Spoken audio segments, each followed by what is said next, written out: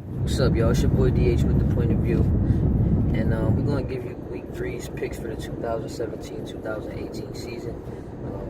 I know that last week was a little easy. I messed up putting trust in a lot of teams that I shouldn't have even picked, so I gotta go back to my guns and just, stick with my guarantees. But I'm gonna help y'all, win some football pools or whatever. This is my week 3 picks. Ravens versus the Jaguars in London at 9:30. They say the Jaguars play well in London. It's like one of their home fields, so I'm going to go with the Jags. Browns versus Colts. Never pick the Browns. I'm picking the Colts. Steelers versus the Bears. The spread is -7. We're going to win by 42. Okay, Pittsburgh all day, baby. Dolphins versus Jets.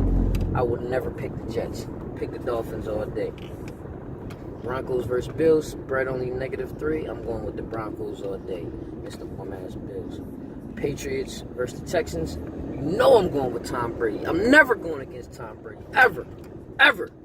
Last year I messed up so many times not picking against Tom or picking against him with them high-ass spreads, and he covered all of them. I'm never picking against Tom again. Panthers and Saints, I'm going with the Saints. Panthers are trash. Cam Newton, he's not himself. I think they're going to rest him another year just to make sure he's healthy so they can be that Super Bowl contending team again. Vikings versus Bucks is to be announced. If I had to pick, I'm going with the Bucks, man. Sam Bradford acting like a punk on the bench, so I got to go with Jameis Winston in the game. The Falcons versus the Lions, I'm going with Atlanta. I don't care if the Lions beat the bum-ass Giants.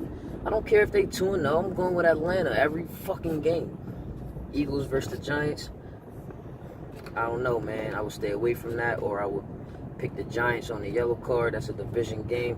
I don't have that much trust in the Eagles to pick them to win by 7 points. So I don't know. I will probably stay away from that one. Titans Seahawks. I'm going with the Titans all day. They only got to win by 3. The Titans are a sleeper team. If you didn't catch them last year, and they will win you some bread this year.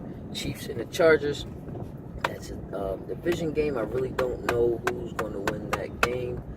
I like the Chiefs all day though, man. So I'm gonna stick with my guns and pick the Chiefs. Every time I pick against the Chiefs, I fucking regret it.